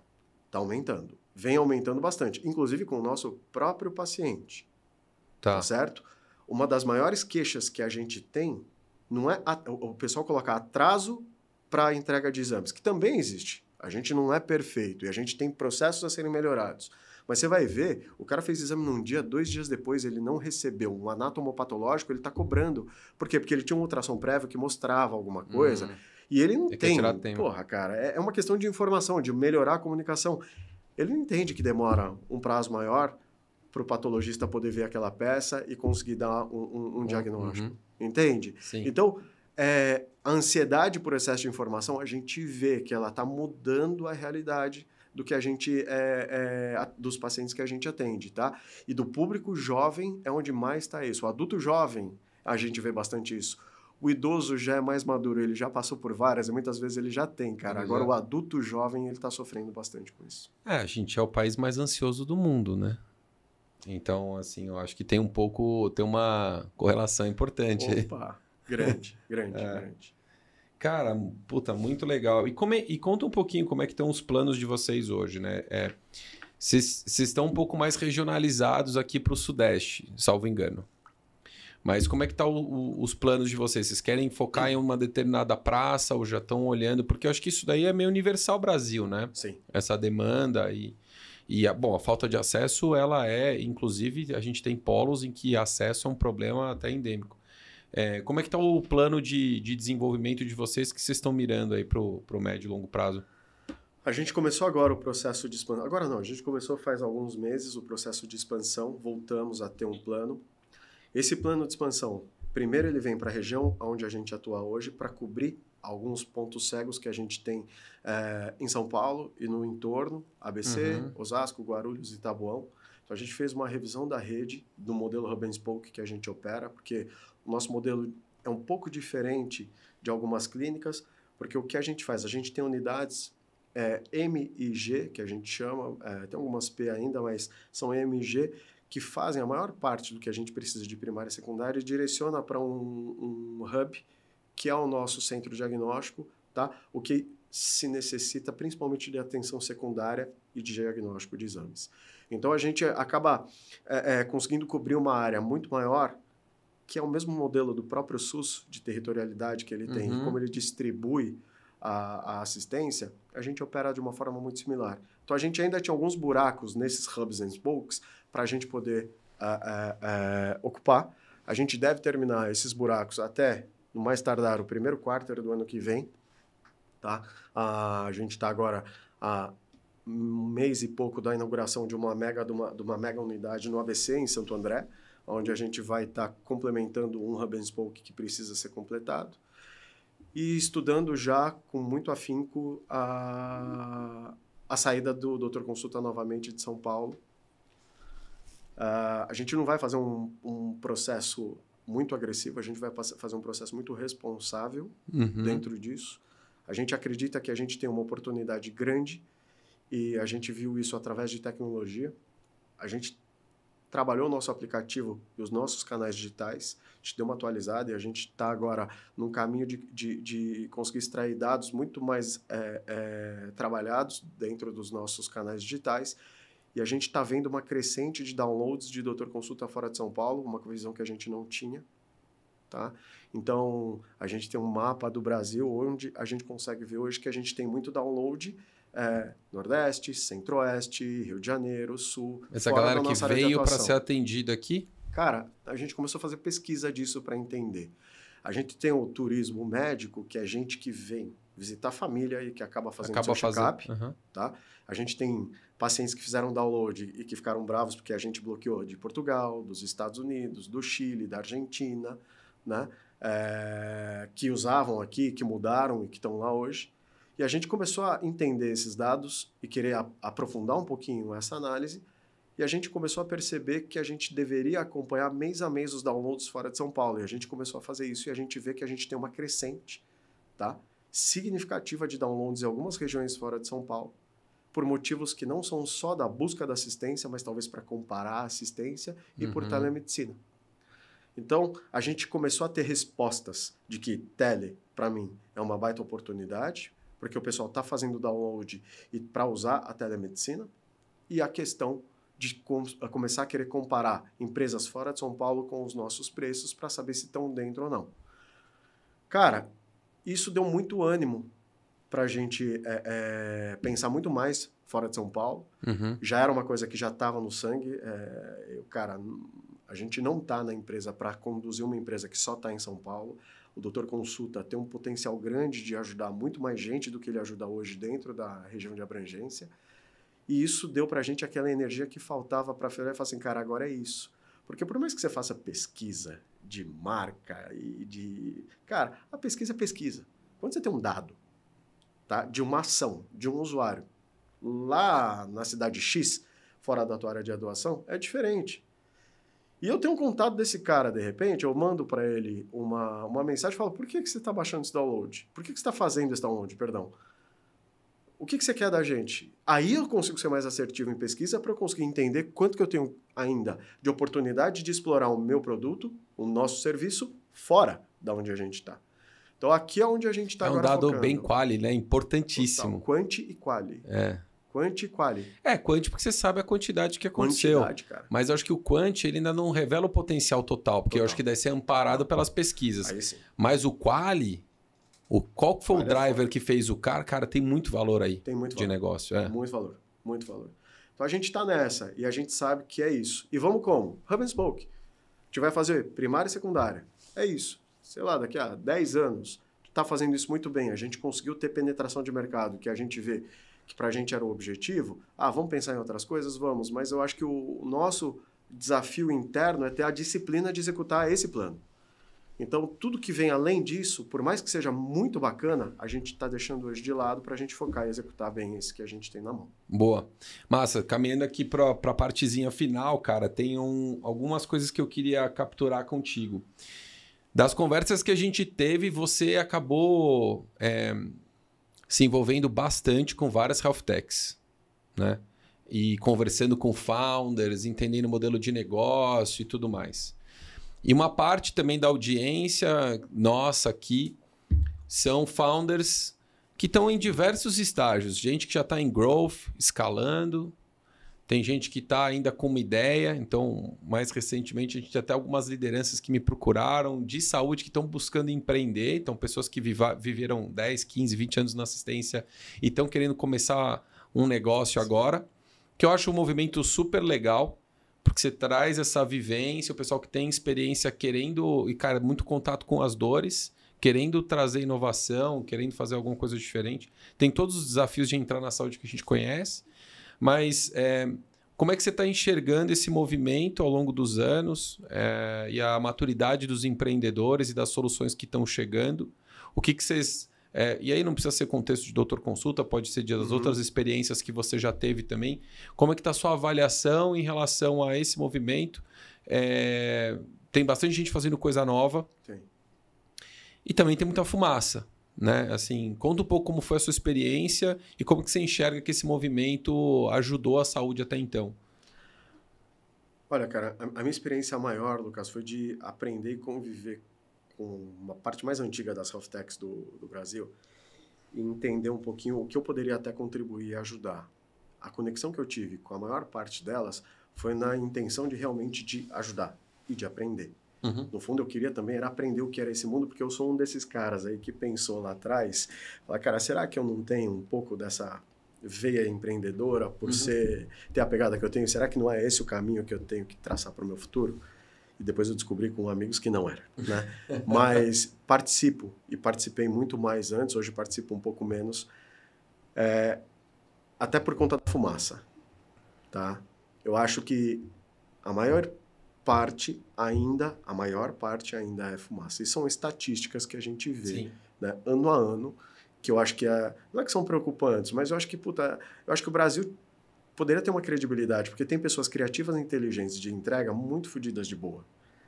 Só que a fumaça acaba atrapalhando bastante. E aí você tem, assim, várias, obviamente, chances de startups estarem dando certo, mas eu acho que tem muito ego, né, muito marketing em algumas delas e pouca realização. Então, isso foi um dos aprendizados que eu vi. E quando eu falo pouca realização, não é que o pessoal não trabalha, é porque está muito mais preocupado em marketear a marca, de falar da marca, de falar do que vai fazer, e preocupado na execução e na qualidade do que está sendo feito. Que essa é a crítica que não é a minha, tá? Essa é a crítica que eu ouço dos investidores que eu conheço, dos investidores gringos e brasileiros que eu conheço, narrativas lindas, pitch decks sensacionais, mas quando você vai ver lá, sei lá, uma parte do código-fonte ele não existe. Então, eu acho que a gente deveria, até dentro do ambiente das startups, ser muito mais, eu acho, que firmes em quem deve participar e qual seria, o que tem que ter de entrega de perfil para que essa comunidade das startups consiga proteger e voltar a colocar o Brasil como sendo uma potência de que gerar coisas novas pro mundo, não só para o Brasil. E eu falo, tá? Saindo da saúde, que é o que eu fiz, eu acho que existem níveis de maturidade diferentes e maiores. Uhum. Cara, o Brasil fez iFood, velho. O iFood não é o que é por conta de um ano. Sim. Tá? Mesmo no Nubank, cara, aconteceu aqui com o Davi na Rua Califórnia. Né? O como? Eu acho que é esse aspiracional e inspiracional que a galera da saúde deveria ter um pouco mais. Cara, não era fazendo marketing, não era tentando falar da marca, era ali, ó, no balcão, do lado do tech lead, codando, testando, vendo, falando com o cliente. Então, acho que aqui ainda existe, sabe, uma oportunidade de mudar comportamento de pessoas que são inteligentes. Acho que esse é um ponto, e desculpem quem não concordar, é óbvio, ninguém precisa concordar, mas é uma coisa que eu observo e que eu ouço também. Uhum. Tá? Inclusive de alguns amigos que, pô, massa, você conhece a startup tal? Estou pensando em empreender. Cara, eu falo, quem é a pessoa? O que ela já fez? Porque é por isso. Porque pivotar tem que pivotar. A cabeça de quem vai empreender, é o que você já contou da tua história. Cara, tá dando errado, é inteligente e é uma obrigação, uma responsabilidade tua querer mudar, porra, aquele negócio. Você não precisa porque você falou que você vai fazer estante, que você vai fazer estante até o final. Você viu que estante é uma merda e não vai te dar resultado. Só que você é inteligente, você consegue criar uma coisa nova. Então, acho que essa cabeça é uma cabeça que eu vejo que ainda, a mim, massa, me incomoda. E um outro ponto é que eu acho que dentro de saúde daí, tá? Isso eu falei já para N startups. Eu acho que o unicórnio de saúde ele não vai nascer de uma única startup, incluindo o Doutor Consulta, que não é mais uma startup, é uma empresa. É uma empresa. Tá? Não é uma health tech, é uma empresa que tem tecnologia, que nasceu como uma health tech. Tech é muito importante, mas ela é uma empresa de atenção primária e secundária, tá? Com uma força de tecnologia muito grande. São os dois cores que a gente tem, é tech e a nossa operação de saúde. Uhum. Mas o unicórnio não nasce de uma única startup. Porque a saúde é muito complexa para todo mundo conseguir cobrir tudo e conseguir fazer essa startup dar certo.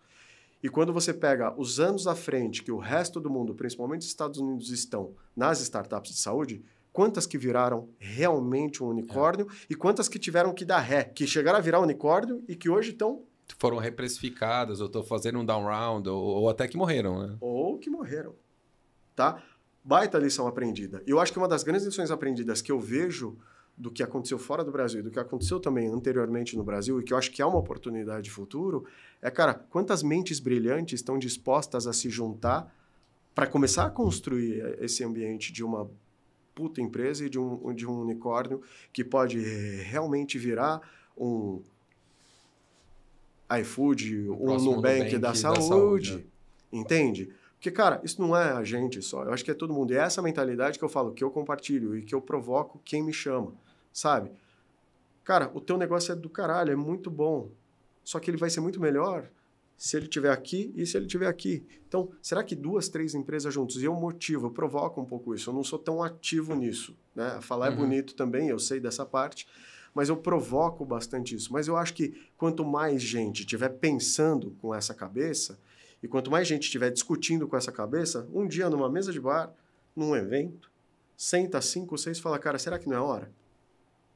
Você faz A, eu faço B, C, D e E. Junta todo mundo. Será que a gente não tem um ecossistema onde a gente tem capacidade de realmente trazer uma solução nova que complementa a saúde brasileira? sem ego, sem vaidade, tá? Arregaçando as mangas, foda-se quem vai mandar comandar o negócio, quem vai ficar à frente do negócio, tá certo? Porque no final todo mundo é passageiro. Eu tô aqui hoje, eu tô na posição que eu ocupo hoje. Sim. Mas um dia eu não vou estar mais.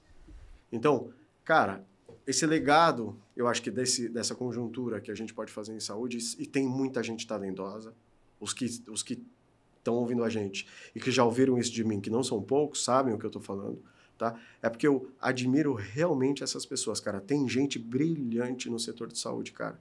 Sem dúvida. Brilhante, cara. Brilhante. Mas eu acho que a soma é muito maior do que o versus. E não adianta se unir só para fazer evento. Tem que se unir para fazer coisa nova. Porque se unir para ficar fazendo evento, discutir cenário de saúde e no final ninguém fazer nada novo, para mim não adianta nada.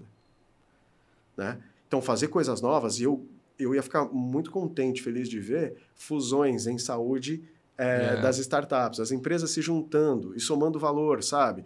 E pessoas brilhantes, como eu disse, começando, ao invés de trabalhar separadas, trabalhando junto. Cara, é um... Eu também tenho essa percepção. Eu acho que... Assim, eu espero... Eu não tenho uma opinião muito formada ainda sobre isso, mas eu espero que o cenário de baixa liquidez que a gente tem... Sim.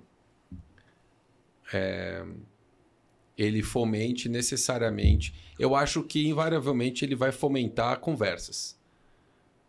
Porque, eventualmente, alguém que está com crise de liquidez, está com algum problema de caixa, não vai conseguir captar e tal, mas também não quer diminuir estrutura e não faz sentido diminuir estrutura numa fase de crescimento que mas não consegue acessar capital. Sim. Vai ter que ter conversas e esse movimento, naturalmente, vai começar a acontecer. E tomara que sejam boas conversas, como você falou, né? Tipo, puta, abre o kimono, deixa o ego do lado de fora da sala, deixa a vaidade do lado de fora da sala, vamos se ater a dados e fatos e, cara, de fato, o que a gente está querendo construir aqui? Vai fazer sentido ou não? Eu vi algumas, ainda não muitas, conversas acontecendo nesse sentido, espero que eu veja mais. Mas eu também espero que assim, a gente vê mais empresas pensando como que elas podem trabalhar juntas. E não só na dor, né, Lucas? Como um objetivo, eu acho, sabe? Não precisa ser na dor necessariamente. Não é pelo cenário só de baixa liquidez, cara. É porque é o melhor caminho. Mas é que eu acho que tem uma questão de algumas empresas que eu vejo, muitas delas, que tem uma questão de market timing também. Eu acho que tem algumas que... O que aconteceu? Eu acho que a gente teve um ciclo muito bom de empreendedores de saúde, principalmente os de tech que eu conheço mais, dos últimos 8 anos, que agora estão numa posição em que os caras não super tracionaram, a maior parte, tá? Não super tracionaram, não tiveram nenhum evento de liquidez que teve alguma secundária relevante para founder, então os caras estão muito pressionados financeiramente, tem um ativo ali, mas ele é razoavelmente líquido. No momento em que, cara, baixa a liquidez, provavelmente ele não vai conseguir fazer muita coisa ali e ele precisa tomar uma decisão. E o mercado está numa crise nos últimos anos. Então, assim, o cara fala, puta, se eu vou precisar eu preciso colocar mais gasolina no tanque para fazer um movimento de M&A, por menor que seja, a gente comprou uma companhia no passado. E a gente é pequeno. Assim, é difícil você fazer uma gestão de um ativo novo. Mesmo quando você é pequeno e teoricamente tem menos gente, os processos são mais simples, tem menos burocracia e tal. Mas, cara, ainda tem algum nível de governança, tem alinhamento de... Cara, demora. Você sabe muito bem. É construção. Então, assim, eu vejo que tem muita gente acabando... E eu escutei isso de vários fundos e vários empreendedores que já estão na fase da vida, que estão botando dinheiro já de uma realização... que fizeram vendendo suas companhias e que falam assim, cara, um problema muito grande quando você não consegue promover algum nível de conforto e liquidez financeira para alguns founders, você chega num momento em que ele perde o apetite a risco. Eu concordo. E aí eles não sentam na mesa para de fato discutir propósito, porque pode ser muito maior, porque eles ainda estão no risco do adolescente. Abaixo do nível d'água. Exato. Eles estão respirando dentro d'água. Então, eu acho que isso está forçando o pessoal a fazer um early exit, pegando negócios que poderiam ter 25, 30, 40 anos de vida e os caras tocando esse negócio por esse, sabe, jornadas mais longas e estão saindo precocemente. Mas você não acha que isso também tem um ponto? Escolher bem os seus investidores e colocar bem claro o que é o teu negócio para a tua vida, o que ele representa e regras diferentes. Porque eu acho que o investidor também é culpado disso. Não é só o mercado dos empreendedores. Eu acho que o investidor no Brasil, ele tomou uma configuração de metralhadora num determinado momento, principalmente VC, né? E, cara, esses caras também estão sofrendo. Por quê? Porque não tem exit para as teses que eles acabaram investindo. E foram muitas. Então, o cara tem que operar pela média, então ele tem que fazer lá as marcações dele e ele tem que devolver esse resultado. E, cara, esse momento de mercado ilíquido, como você está colocando, eu acho que ele passa também pela composição de cap tables. Totalmente. Que fazem com que a dificuldade de vender se torne pior ainda por alinhamento do que você tem de interesses de um cap table complexo. Existe uma dificuldade, eu estava lendo um relatório do cenário de M&A do começo desse ano, na primeira metade do ano. A gente teve uma melhoria da quantidade, o mercado ficou mais aquecido em número de deals. Uhum. Só que ainda existe, e uma das dificuldades que foi colocada no relatório é que existe uma dificuldade de negociação de situações de cap table, às vezes desalinhamento, porque, cara, você nunca vai ter 100% do tempo alinhamento com o seu cap table. Porque tem, às vezes, uma pessoa é founder, outro cara é um consultor, aí você tem algum conselheiro, aí depois você tem os fundos.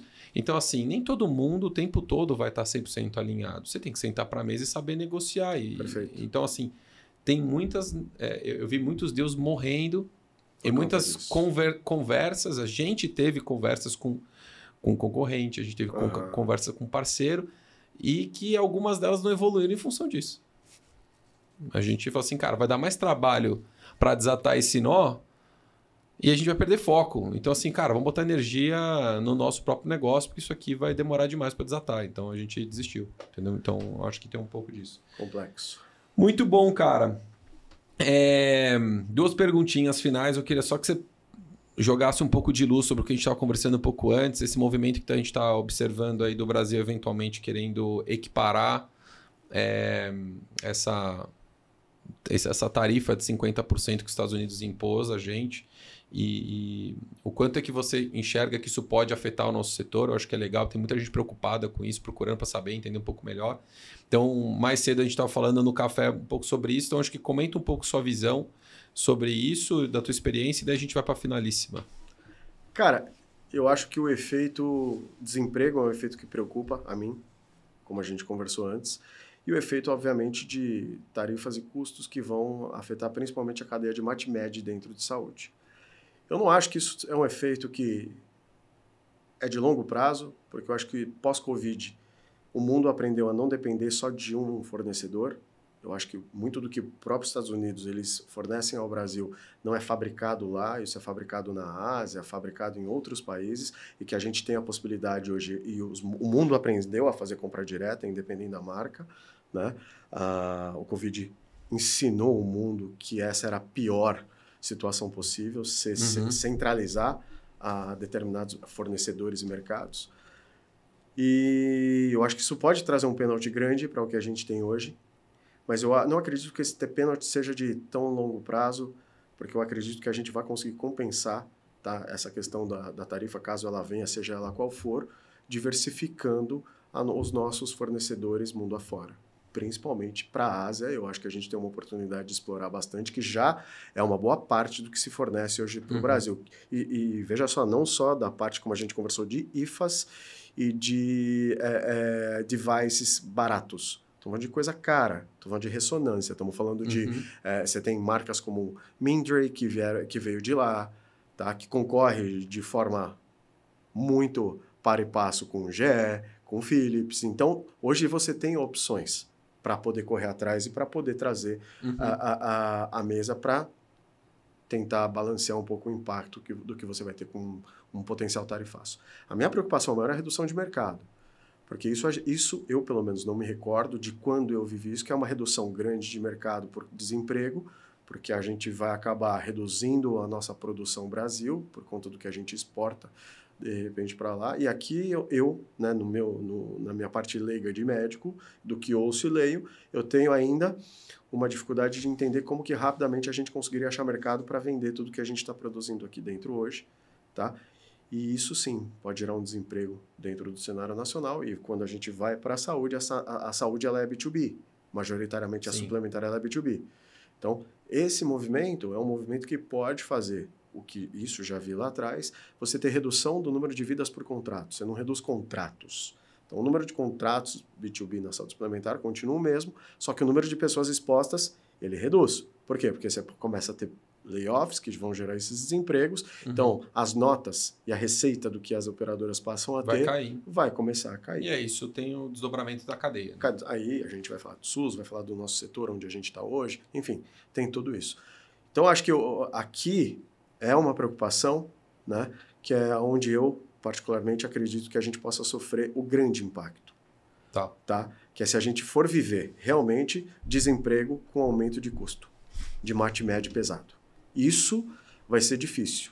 Né? Por quê? Porque o componente sinistralidade aqui, numa redução de carteira, né, é uma coisa que precisa ser bem vista. Eu estou distante desse mundo faz um tempinho, mas toda vez que você tem aqui layoff, né, e que você tem redução de base de vidas ativas dentro da saúde suplementar, você tem um impacto direto em sinistralidade. Se você tem um componente de custo por conta de preços maiores que a gente vai pagar, você tem mais um fator que pode afetar diretamente a sinistralidade e o resultado dos negócios.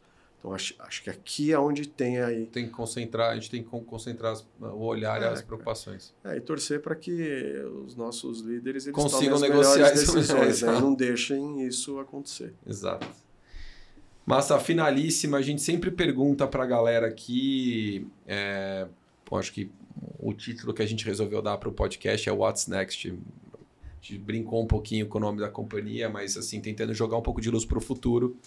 O que está te animando e o que está te desanimando para o futuro da saúde? O que está me animando é toda essa especulação que está rolando dentro de saúde. Eu entendo isso como sendo pródromos de algo bom que tende a vir. Não no curto prazo, talvez, mas eu acho que pode acontecer. Quando você vê o pessoal falando de sandbox, quando você vê o pessoal falando de cartão, quando você vê o pessoal falando do modelo de negócio que a gente fala, de saúde primária e secundária, quando você vê a suplementar querendo fazer produto de acesso diferente, quando você vê o SUS falando de programa de especialistas, quando você vê o Ministério se mobilizando para fazer com que as parcerias público-privadas elas sejam recorrentes ou que elas sejam rotineiras dentro disso. Cara, isso me anima. Né? Muita gente está preocupada, eu também estou preocupado por impactos de curto prazo, mas isso me anima porque eu acho que no médio e longo prazo a gente pode ter uma rediscussão do sistema de saúde, que é o que eu acredito que a situação Brasil ela merece. Assim como a gente está vendo o que está acontecendo na Inglaterra, o NHS está passando agora por uma revisão, justamente por conta de problemas que eles vivenciaram junto com a gente, mas tomaram a decisão, não adianta. Fazer carinho nesse problema não vai adiantar. Então, isso me anima bastante, porque isso é um cenário de oportunidade para todos nós. Para o mercado grande da saúde, para o mercado incipiente, para o mercado das startups. Porque, cara, quando o problema começa a ser colocado à mesa e novas decisões começam a ser aventadas, é onde as oportunidades, eu acho que elas tendem a subir. E quem souber abraçar e tiver, como a gente falou lá no começo, né, energia para trabalhar em cima, eu acho que a gente tem uma possibilidade de ter uma janela boa nos próximos... Eu não enxergo como negativo tudo o que está acontecendo. Eu enxergo tudo isso como sendo muito positivo, desde que seja feita da forma correta, ética, tá? E ouvindo a população e do que seja bem para a população, e não do que é bom para o público, para o meu negócio ou para a saúde suplementar. É o que é bom para a população, num programa que realmente aumente o acesso ou qualifique mais o acesso que essa população vai ter, tá? Então, acho que aqui é onde isso me anima, sim, bastante. E é a razão da gente estar hoje, eu e o pessoal que trabalha comigo no Doutor Consulta, porque a gente acredita tanto nisso que a gente está trabalhando para que, quando isso acontecer, a gente esteja pronto para contribuir de todas as formas. E aqui eu acho que é onde eu acho que a gente pode ter uma virada, e estou torcendo, que essa virada seja uma virada de curto espaço, porque a saúde não vai mudar em 5, 10 anos. Historicamente, a gente sabe, decisões como o Japão teve há 2, 3 anos atrás, por conta de problema previdenciário, outros países da Europa, como a Inglaterra está fazendo agora, Canadá fez, e que o Brasil está perto de atingir esse desequilíbrio previdenciário, tá? Por conta de envelhecimento populacional e cronicidade da população, cara, somado ao que a gente já tem de problema dentro do sistema, puta, cara, eu acho que isso deve acontecer, isso vai mudar em quanto tempo? É uma geração. Eu estava num evento um tempo atrás, e o cara, pô, Massa, mas isso é ser utópico demais. Eu falei, não, isso não é ser utópico. Isso, para mim, é uma coisa. É fazer o que deve ser feito, porque tem que começar. Isso não é ser utópico. A utopia é pensar que isso dá a resposta em 5 anos. Isso é uma utopia. Agora, por responsabilidade, pensando nos meus filhos, pensando nas gerações que estão aí, tá? Que são mais novas, eu acho que tem que começar. Eu provavelmente talvez não veja, talvez essa grande transformação, mas eu vou adorar participar desse começo para saber que, cara, as gerações futuras vão ter o que elas necessitam e o que elas merecem, né? Então, eu acho que a nossa mentalidade, diferente do resto dos países que já começaram esse processo, é a mentalidade de longo prazo, onde que o Brasil pode ser melhor no longo prazo. Ele pode ser melhor. E eu acho que na cadeia de saúde é onde eu acredito. Então, por que não agora? E eu estou torcendo para que tudo isso aconteça agora. E eu vou sofrer, a nossa empresa vai passar por problemas, vai passar por desafios, mas se a gente for resiliente, se todo mundo estiver acreditando que isso aqui é o melhor, a gente vai passar por isso. E aí, a hora que passar, a gente vai começar a construir esse futuro de saúde, desse próximo momento que a saúde vai viver. Cara, eu acho que aqui é onde a gente deve colocar essa esperança e de ver gerações usufruindo de um sistema mais eficiente. Muito bom. E o que está desanimando?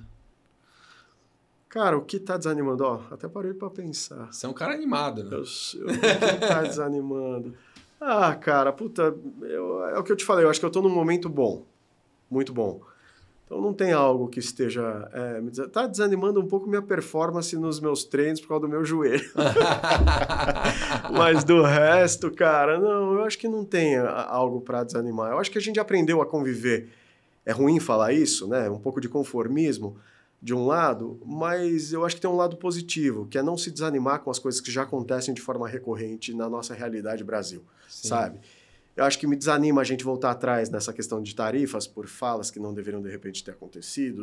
Essas coisas não é que desanimam, você toma aquela... Mas o Brasil, a gente está tão acostumado a isso acontecer de forma recorrente, cara, que a gente sabe que isso no final não é o que vai dar impacto no nosso negócio, né? Na nossa vida. Mas não me desanima. Voltando aqui um pouco, talvez um pouco a questão de pessoas. Se eu for extrair, e pensando junto aqui, talvez um pouco a questão de pessoas. Eu acho que a gente tem gente muito boa. E aí, principalmente para os líderes mais velhos e mais antigos. A saúde vai mudar e tudo vai acontecer se vocês permitirem que essas pessoas que são melhores do que nós, incluindo eu, comecem a ser mais protagonistas dessa mudança. Então, aqui é onde eu acho que talvez isso me desanima um pouco. Por isso que eu sou desanimado de participar de certas coisas, de ouvir a mesma coisa de muita gente. Há muito tempo. Há muito tempo. E a mudança não começar, né? E saber que tem um monte de gente talentosa embaixo dessa galera, inclusive de mim. Então, é o que eu falo, assim como isso vale para mim, isso vale para quem está há mais tempo nesse mercado. Vamos regar essas plantinhas da forma mais certa, porque a gente precisa de gente nova, com um gás diferente do que a gente tem, melhor do que a gente tem, porque tem muita gente melhor do que eu, melhor do que você, melhor do que muita gente desse mercado, e que só precisa de uma gotinha de água e de regar. Tá? Porra. Animal. Puta encerramento. Cara, Massa, brigadão mais uma vez. Foi animal o papo. Tinha algumas perguntas que, cara, por conta do embalo aqui, a gente não tratou. Mas eu acho que foi puta esclarecedor. Obrigado demais pela contribuição. Acho que vai ser um puta de um episódio que, ó, fica de olho. Compartilha com a galera, porque tem muito aprendizado, tem muito conhecimento concentrado. Foi divulgado hoje pelo Massa. Então, obrigado mais uma vez. Cara, eu que agradeço. Valeu, Lucas. Abraço.